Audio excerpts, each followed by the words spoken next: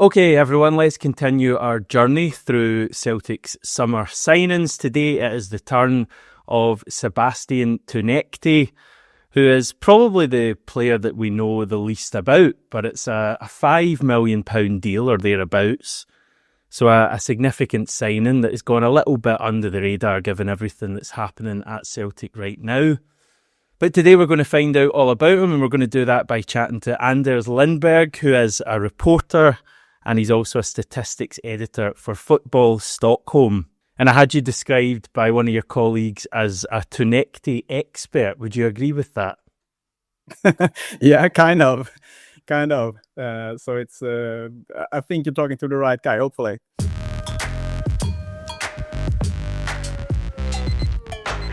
What are the initial thoughts then, Sebastian Tounekti to Celtic? Will it work? Yeah, I think it's a pretty interesting signing. And I liked Sebastian Tounekti even before he came to Hammarby here, the Stockholm club. And I thought that he could develop further and take the next step. But I think both me and many others thought that this was a little bit earlier than expected. But I think he's ready and he's adapted very well here. So it will be very interesting to see what he can do in such a club as Celtic. So just to paint the picture for people, because we've signed him from a Swedish club, he plays his international football for Tunisia, so that kind of complicates things slightly. But he's very much Norwegian in that he was born in Norway. He played in Norway virtually all of his career up until earlier this year. I think he had a loan spell in the Netherlands, but other than that, mainly Norway. So the question I am asking is, you're Swedish, how come you were watching Tounekti when he was playing in Norway? Yeah, because in my role here at Fotboll Stockholm, I'm both a reporter as well as I'm doing some analytics and scouting. So in my role, I watch pretty much all the Nordic teams just to be prepared and have the picture clear about the players that could be connected to one of the teams here in Stockholm. So I watched him quite a lot in Norway even before he came here. So when a player is connected to one of the three Stockholm clubs here, AIK, Djurgården or Hammarby, I can write analytics and scouting report just to paint the picture for the supporters. What kind of player could this be and how could he fit in the team? And then when he hopefully will be signed, we can do the interview, we can follow him here and see his journey in the club. And as in Sebastian Tounekti, we can also follow him when he sells and takes the next step in the career. So I have a big picture of him. I liked him a lot, even in Norway. And he was that kind of player that was in a team that were in the relegation battle. So he was a player that performed good, but the team struggled with the results. So he could be like one kind of this player that you took from an environment that he was a little bit too good for, and placed him in both a bigger challenge that it is in a bigger team in Sweden, as well as in the top flight for Hammarby. And he has developed a lot here, and he took the step for like the day one. I think he made a goal in his debut for Hammarby in the Swedish Cup, and been good all year. So it was, I know Hammarby wasn't prepared to sell him, but they took the decision on, it was deadline day, right? Yes. Because he's only, I mean, again, just, I don't know if people are aware of this, he's only been at Hammarby since, February this year? So it's like 6 months. That's, try to think of who we signed in February. If we were to sell one of those players, it would be quite strange. Is this strange even in Sweden for a team to sell a player so soon after signing him? I would say so. It is pretty unusual. And Hammarby is a very interesting project there. They for like 2-3 years ago, they entered a new vision where they have a lot of young players. They play a really offensive and fun football to watch. They dominate kind of like Celtic do in the Scottish League. So they have a lot of players that have been sold. This winter they sold Ivorian winger called Basumana Touré to Hoffenheim, and Tounekti was his replacement. But I think they thought to have him for longer than like 6 months, but they were in one of the contenders to be champions in Sweden this year. But the last weeks here, they have been struggling a little bit, and I think it's like 7 or 8 points behind. So I think if they would have had a bigger chance of being champions, they really wouldn't have let him go now, maybe in the winter. But when we talked to the sports director here in the last week of the transfer window, they didn't want to sell him. But I think it's the sport, the results in the sport combined to the bid that Celtic gave was we have to let him go. Yeah. So when you first watched him, what did you like about him so much? He has this X factor that a lot of teams want to, and especially a team that Hammarby that is in the attacking side for most of the time. They often attack and push the opponents back towards own goal, and he's been this dribbler that can just make the difference in the games.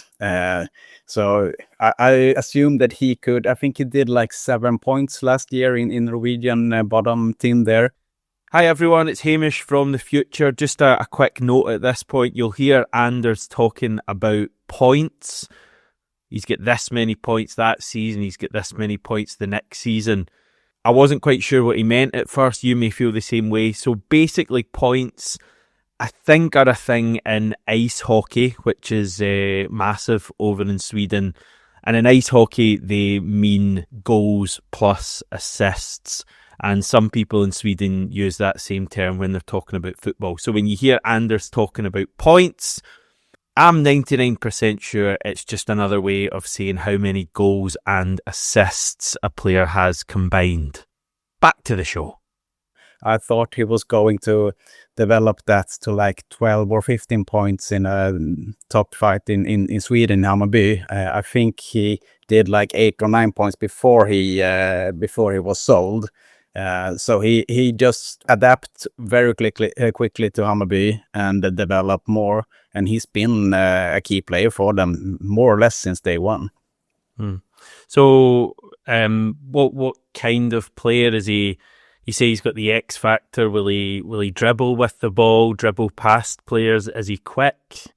Yeah, exactly. He's if you look at the football data, he's in top of both dribblings and progressive runs. So he's a player that both can attack with speed, but as well dribble both 1, 2, and 3 defenders to get past them.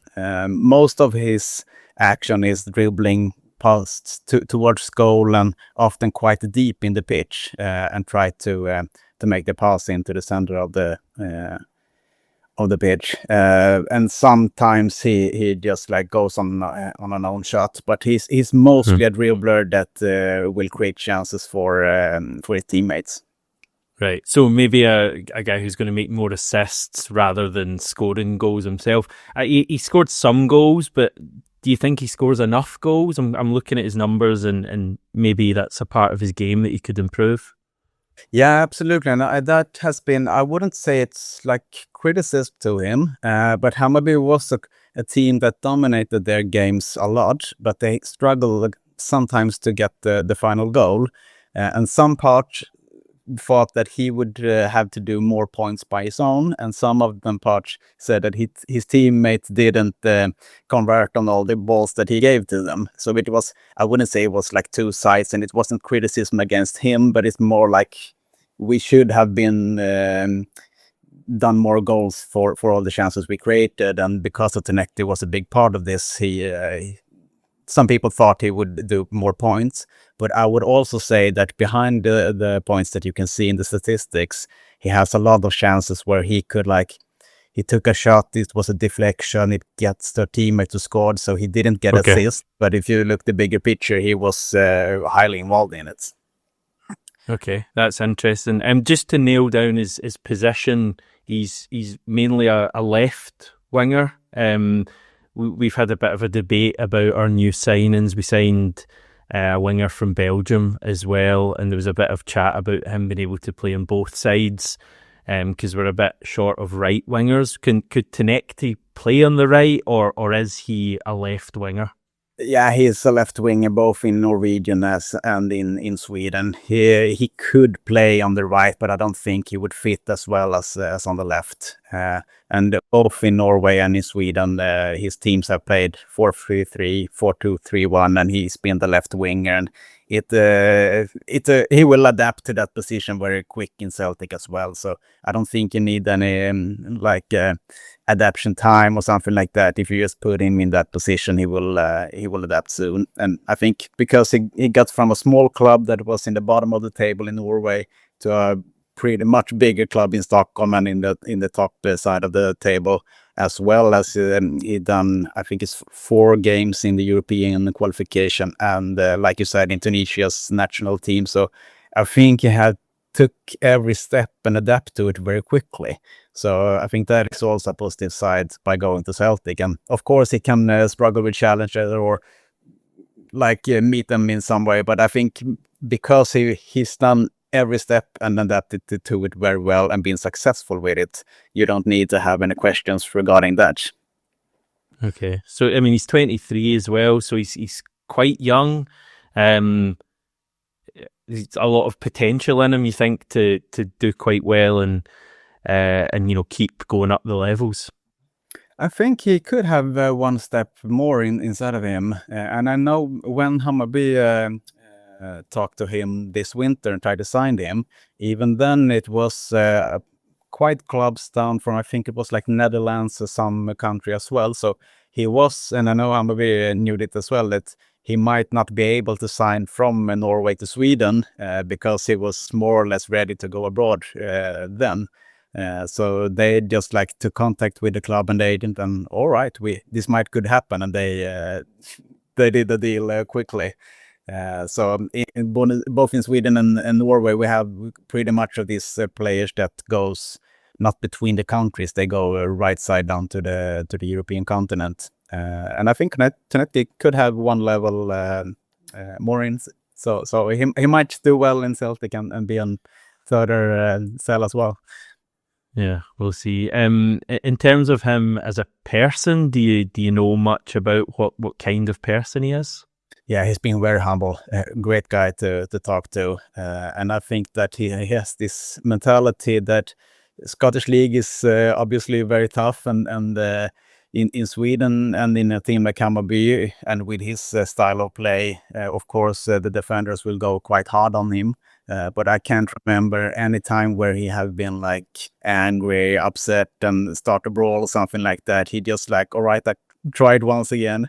And I remember the first interview we had, and he was modern football is so much into tactics and it's complex. I just want to be a showman. I want to the kids want to watch me and enjoy and that kind of play. So he's been great both on and off the pitch, and I think you will enjoy him.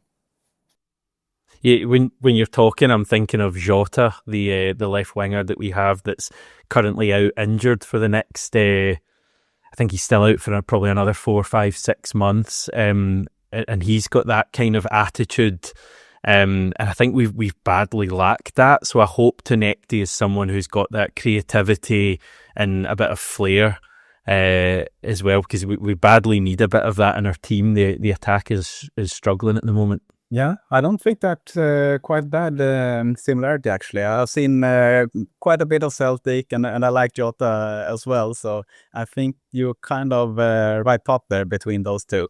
Okay. Exciting.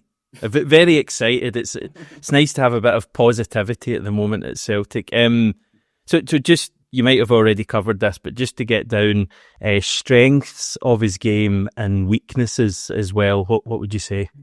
Yeah, the strength is really that he's a fast player. He's a dribbler. He will just try and try and try. And I can't really remember that he has this periods where he lack of performance or anything like it, and not even actually in the games. I wouldn't raise the bar too high and say that he never struggles with everything, but he just do his thing. Every week more or less, and sometimes he's the best on the pitch and sometimes he's good, but it's very unusual that he's a poor performance. You don't, some of these players can have just good and bad days. On the good days, they can do pretty much everything, and on the bad days, you're just like, we're just 10 men today.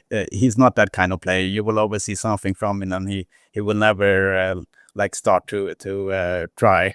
But if you want something to improve, I would say just like the last thing that could bring him the last points. He could take a little bit of more shots, and Right. I think he's done like 3 goals this year, but one of them was from a penalty in his last game. So he could have had, and one of his goals was actually some goals that some people see as own goal, because he like put it under the keeper, and it was defender that more or less put it in own goal, but it would have gone in the well. So, but that is one thing that he could improve and do more points, because he has the game to be able to do it. And he's been playing up until fairly recently for Hammarby. So you think he's ready to go possibly as early as this weekend? Absolutely. We play in Sweden. We doesn't play like August to May as you do in on the islands there. We play a calendar year. So he's played, I think it's like 25 games now. He's been with the Tunisian national team right now, so he's fit to play more or less like this weekend. I don't know if he will be in the starting 11, but he could absolutely do like 20-30 minutes and just like get his debut done. Could that catch up on him later in the season, that he's been playing since January, if he goes all the way to next May? That is actually a great question that you're telling me there, because I know they have been in modern football. You always like see how much they play and if he needs some rest and something like that. Just because he was going in straight in Hammarby starting 11 from when he was bought, and he played all the time. He had a period where he didn't like perform on his top level, so they put him off like for like a week or two, just because they saw that he played more or less every minute now. And when he got that little bit extra resting time, he just like you could see on his performance right away. So that is actually a good side that you're talking to here. If they be a little bit careful about him and just be aware of that he's played a lot, they could benefit of it. Okay, interesting. Any more points on Tounekti? Anything else you want to share? No, not really. I just think it's a great signing you've done there. I'm really excited to see it. And just because the way he adapts to Swedish football and Hammarby, and the way that Celtic plays, the formation and everything, I think he more or less is like plug and play. And let's see how high he can perform. Good stuff. There's one more thing I want to ask you about just before then. A big thanks to Practical CBT for sponsoring today's show. If you're a guy looking to get your head in a better place, just like you train on the pitch, they've got 10-minute online workouts and coaching sessions that can make a real difference. And as a listener or viewer of Celtic AM, you can get up to 33% off at the moment. So the link is right at the top of the description. Just wanted to mention Benjamin Negron as well, obviously a Swedish player playing for Celtic, signed this summer. What are your thoughts on Negron, and what are people saying in Sweden about Negron and Celtic? Yeah, I think they are pretty excited to see what he can do there as well. He left Swedish football and IFK Gothenburg in an early year and struggled a little bit in Belgium. And I saw him just because he was in Denmark, which also is a league that I watch, Nordsjælland there, and he performed very well. So it was just a matter of time and see where he was ending up to. And he's a creative player, doing it great there. He played as a central attacker in Denmark, but he can play as like a number 10, an offensive attacking midfielder as well. So I think he will be, if you involve him in much of the attacking play, you can benefit of his services as well. Yeah, he's done relatively well so far, but he's been playing as a winger at times, and he's not really got the speed of a winger. So it's been a bit of a tough watch when he's been there, but I guess we've got Tounekti in now, so although he's left-hand side. So, yeah, amazing. Anders, it's been great to have you on. Thanks so much. And Are you going to follow Celtic now? Do you think you're going to keep an eye on Tounekti? Yeah, definitely. I mean, this start to be like the good old days where you had like Henrik Larsson, Johan Mjällgren, all that kind of Swedish guys. So I will definitely follow Celtic with one eye. I thought we were going to go through the whole video and not mention the King of Kings, and you did it. So well done.